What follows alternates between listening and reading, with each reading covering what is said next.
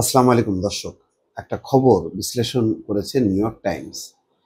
সেটা হচ্ছে ভারতের মোকাবেলায় ছায়া থেকে প্রকাশ্যে বেরিয়ে আসছেন পাকিস্তানের সবচেয়ে ক্ষমতাধর ব্যক্তি। কে সেই ক্ষমতাধর ব্যক্তি?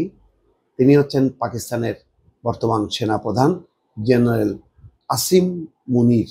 আসিম মুনিরই হচ্ছেন এখন সবচেয়ে ক্ষমতাধর ব্যক্তি, সবচেয়ে বিপজ্জনক ব্যক্তি ভারতের দৃষ্টিকোণ থেকে। ভারত যত না পাকিস্তানের শাহবাজ শরীফ বা রাজনৈতিক নেতৃবৃন্দকে ভয় পাচ্ছেন, তার চেয়ে বেশি চিন্তিত, উৎকণ্ঠিত, আতঙ্কিত জেনারেল আসিম মুনিরকে নিয়ে। আসিম মুনিরের সেই কিছু কিছু বক্তব্য, তার কর্মকাণ্ড, তার তৎপরতা ইতিমধ্যে রীতিমতো ভারতের শাসক গোষ্ঠীর ভিতরে কাঁপুনি ধরিয়ে দিয়েছে। এবং পাকিস্তানের সেনাবাহিনী যে কত বড় বিপজ্জনক এবং কিভাবে ঐক্যবদ্ধ হতে পারে এবং তারা যুদ্ধের জন্য যে পরিমাণ প্রস্তুতি নিয়ে বসে আছে, তাতে ভারত চিন্তায় পড়েছে যে এই পরিস্থিতি তারা কিভাবে সামাল দেবে। পাকিস্তানের সেনাবাহিনী যতটা যুদ্ধে পরাঙ্গম এবং যতটা ঐক্যবদ্ধ, সেই তুলনায় ভারতের সেনাবাহিনীর মধ্যে নানা অংশের দুর্বলতা আছে। পাকিস্তানের পুরো সেনাবাহিনী ইউনিট এক ধর্ম, এক ভাষায় যেভাবে ঐক্যবদ্ধ, ভারতের সেই একত্রিত হওয়ার সেই অবস্থানটা তুলনামূলকভাবে পাকিস্তানের থেকে যথেষ্ট কম। সুতরাং ভারতের চিন্তা জেনারেল আসিম মুনির ইতিমধ্যে কয়েকটি বক্তব্য দিয়েছেন।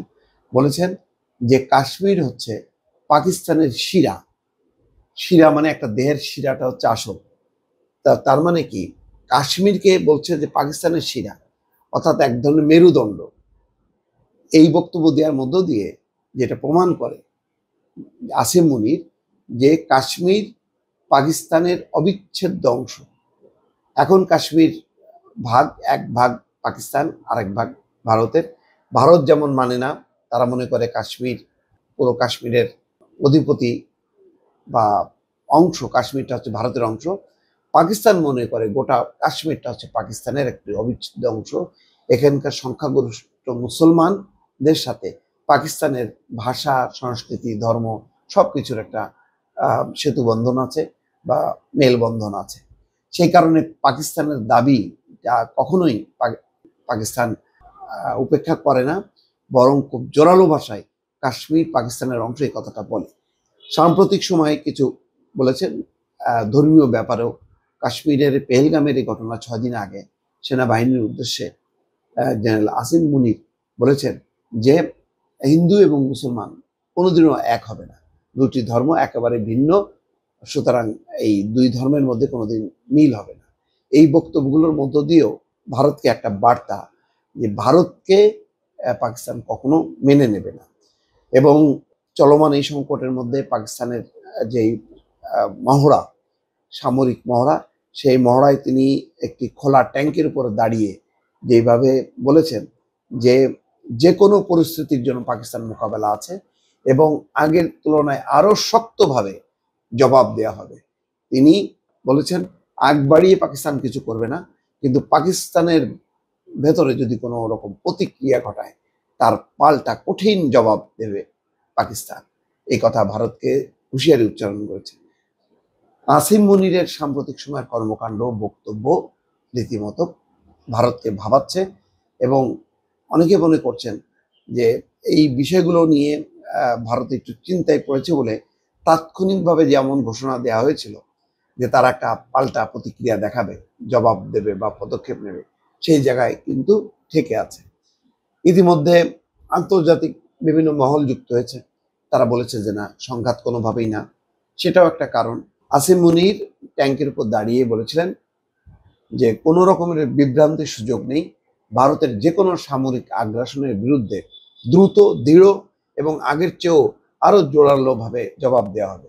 নিউ ইয়র্ক টাইমস বলছে এই বক্তব্যে তিনি স্পষ্ট করে ইঙ্গিত দিয়েছেন ভারতের যে কোনো হামলার বিরুদ্ধে পাকিস্তানের পাল্টা জবাবটা হবে সমানে সমান এবং আরো বেশি মাত্রায়।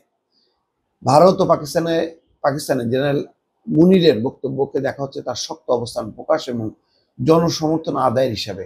এমন সময় তিনি জনসমর্থন পুনরুদ্ধারের চেষ্টা করছেন। যখন কিনা পাকিস্তান বছরের পর বছর ধরে চলা রাজনৈতিক বিভাজন এবং অর্থনৈতিক সংকটে জর্জরিত। এমনকি এসব সংকটের কারণে পাকিস্তানের সেনাবাহিনীর প্রতি দেশটির জনগণের দীর্ঘদিনের অটুট আনুগত্যে চির ধরেছে। পাকিস্তানের সেনাবাহিনী বহুদিন ধরে পদ্মার আড়াল থেকে দেশটির রাজনীতিকে নিয়ন্ত্রণ করছে। অনেকে মনে করছেন যে জেনারেল আসিম মুনির এই বক্তব্যের মধ্য দিয়ে সামনে চলে এসেছেন এবং রাজনীতির যে বিভাজন আছে, অর্থনৈতিক সংকট আছে, সেই অবস্থায় সেনাবাহিনীকে ঐক্যবদ্ধ করে তিনি হয়তো রাজনীতির মঞ্চে আবির্ভূত হতে পারেন। আর সেটা যদি হন, এটাও অবাক করার কোনো কারণ নেই। বর্তমান শাহবাজের নেতৃত্বে পাকিস্তানের একটা ভঙ্গুর সরকার দেশ চালাচ্ছে, যেই সরকারের প্রতি অধিকাংশ মানুষের কোনো সমর্থন নেই। যার সমর্থন আছে, যার প্রতি, যেই ব্যক্তির প্রতি, যে দলটির প্রতি, সেই ইমরান খান এখন কারাবন্দী। তাকে কারাবন্দী রেখে পাকিস্তানে একটা দুর্বল শাসন চলছে, যেই শাসনকে আসলে মদদ দিয়ে চলেছে পাকিস্তানের সেনাবাহিনী। ফলে পাকিস্তানের সেনাবাহিনী আড়ালে অপ্রকাশ্যে মদদ দিত বা সমর্থন দিত। এখন আসিম মুনির এই ভারত পাকিস্তান সংকটের মধ্যে তিনি নিজেই সামনে আবির্ভূত হয়েছেন। ফলে এখন দেশের ভেতরে এবং আন্তর্জাতিক মহলে সবার দৃষ্টিতে আছে জেনারেল আসিম মুনির, যে তিনি কিভাবে এখন পুরো বিষয়টা সামাল দেন, তার দিকেই নজর পুরো বিশ্বের। দর্শক ভালো থাকবেন, আল্লাহ হাফেজ।